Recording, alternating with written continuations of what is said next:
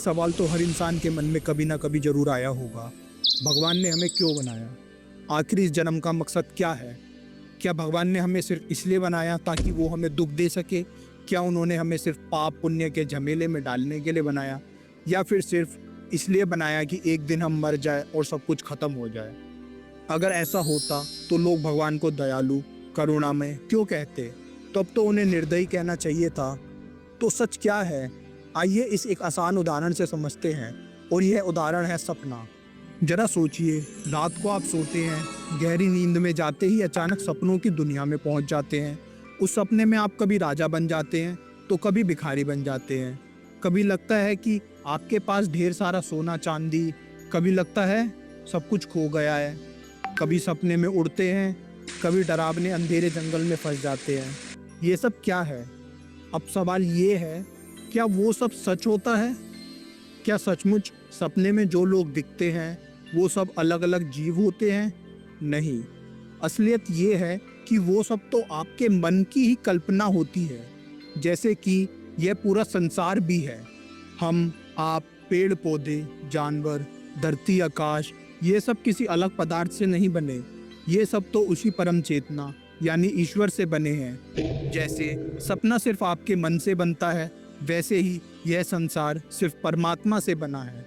अब आपके मन में एक और सवाल आएगा, अगर मैं भगवान का ही अंश हूँ तो मुझे भगवान जैसा अनुभव क्यों नहीं होता? मुझे क्यों लगता है कि मैं अलग हूँ? जवाब फिर सपने में ही छुपा है। जब आप सपने में होते हैं तो आप खुद को सपना वाला पात्र मान लेते हैं। आप भूल जाते हैं कि असली आप तो बिस्तर पर सो रहे हैं। उसी तरह आत्मा भी जब इस संसार में आती है तो भूल जाती है कि वह परमात्मा का ही एक हिस्सा है। वो खुद को शरीर, मन, नाम और रिश्तों में बांध लेती है। इस भूल का नाम है माया। अब बड़ा सवाल, अगर ये सब भगवान का ही खेल है तो इसमें इतना दुख क्यों रखा गया है? सोचिए, अगर आपने सपना देखा कि आपका कोई प्रियजन मर गया, जैसे कि ज़्यादातर लोग देखते ही हैं, क्या वो सचमुच में मर जाता है? नहीं, लेकिन फिर भी उस सपने में आपके आंसू निकल आते हैं, दिल घबराने लगता है। तो क्या सपना झूठा था? हाँ, लेकिन उसमें महसूस की गई भावनाएं वो सच थी। इसी तरह ये जीवन है, सुख दुख दोनों अनुभव कराने के लिए ही रखे गए हैं। अगर दुख ना होता तो आत्मा भगवान को कभी खोजती ही नहीं। अगर सुख ना होता तो आत्मा कभी रुककर सोचती ही नहीं। यानी सुख और दुख दोनों ही हमारे शिक्षक हैं। ये हमें जगाने के लिए हैं, दबाने के लिए नहीं। अब कई लोग कहते हैं, अगर भगवान ही पूर्ण है, भगवान ही सब कुछ है, तो उन्हें हमें बनाने की जरूरत ही क्यों पड़ी? अब देखिए, क्या आपका मन जरूरत की वजह से सपने देखता है? नहीं, सपना तो अपने आप आ जाता है। ये मन की स्वाभाविक क्रिया है। वैसे ही ब्रह्म यानी परमात्मा का स्वभाव ही आनंद है, और वो आनंद अपने आप ही प्रकट होता है। उस आनंद की लहर से ये सृष्टि बनी है। तो समझ लीजिए, सृष्टि किसी मजबूरी से नहीं बनी, यह तो भगवान की एक लीला है। अब एक और असली बात, मोक्ष क्या है? मोक्ष का मतलब है इस सपने में जाग जाना। जैसे सपना देखते वक्त आपको सब सच लगता है, लेकिन जैसे ही नींद खुलती है आप समझ जाते हैं, अरे यार ये तो सपना था, असलियत में मैं सुरक्षित हूँ। वैसे ही जब आत्मा को ज्ञान होता है तो वो कहती है, मैं शरीर नहीं हूँ, मैं कोई मन नहीं हूँ, मैं तो वही परमात्मा हूँ। यही मोक्ष है। जरा सोचिए, कभी आपने सपना देखा और उठकर खुद ही हंस पड़े, अरे ये कैसा बेवकूफ़ी वाला सपना था। कभी कोई अच्छा सपना आया और लगा, काश ये सपना थोड़ी और चलता, ज़्यादा मज़ा आता। जीवन भी ऐसा ही है। मरने के बाद आत्मा यही अनुभव करती है। वो दुख वाले कर्मों पर हंसती है, अच्छे अनुभवों को याद करती है, और फिर समझ जाती है कि यह सब तो एक लीला थी।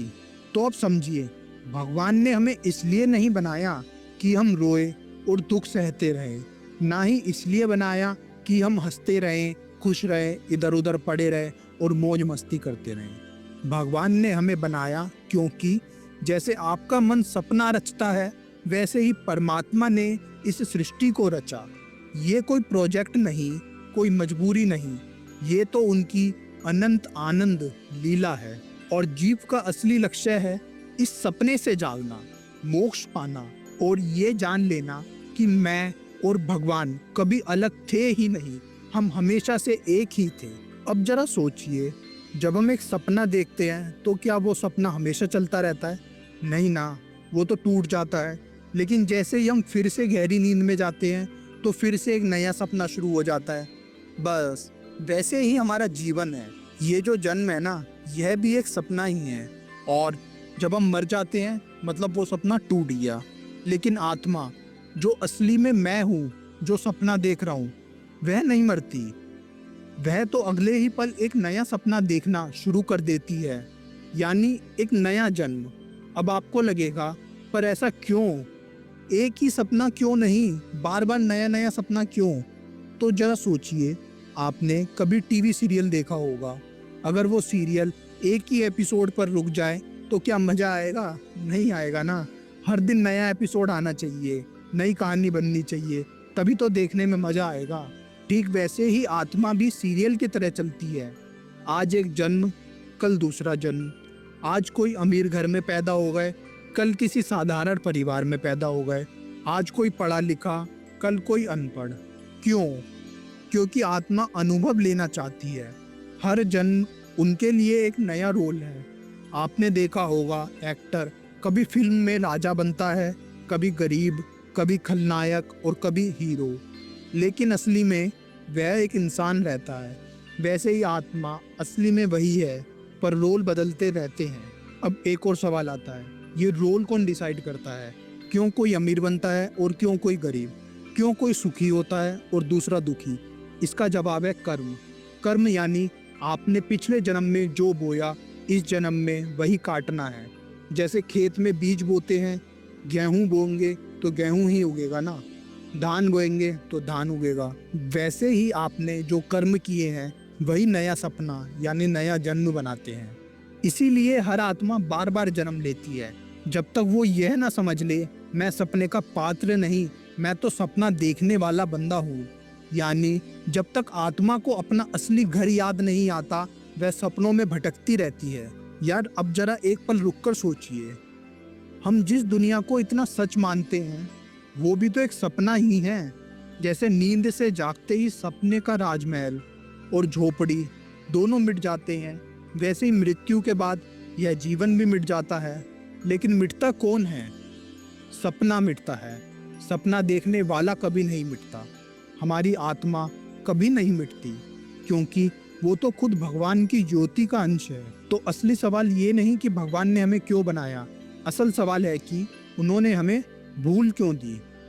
क्योंकि अगर हम भूलते नहीं तो खेल ही कहाँ होता, अनुभव ही कहाँ होता, सीख कहाँ होती।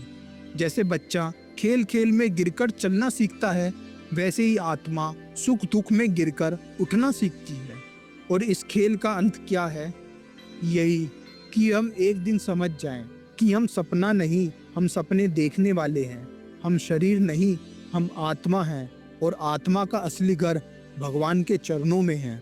तो दोस्तों, यह जीवन हमें डराने के लिए नहीं बल्कि जगाने के लिए है। मोक्ष वही है जब आत्मा इस सपने में जागकर अपने असली घर पर लौटेगी, उसी को मोक्ष कहा जाता है। तो याद रखिए, हम सब यहाँ अतिथि हैं। ये दुनिया एक सराय है और अंत में सबको वापस लौटना है उस परम शांति की ओर जहाँ से हम आए थे। धन्यवाद।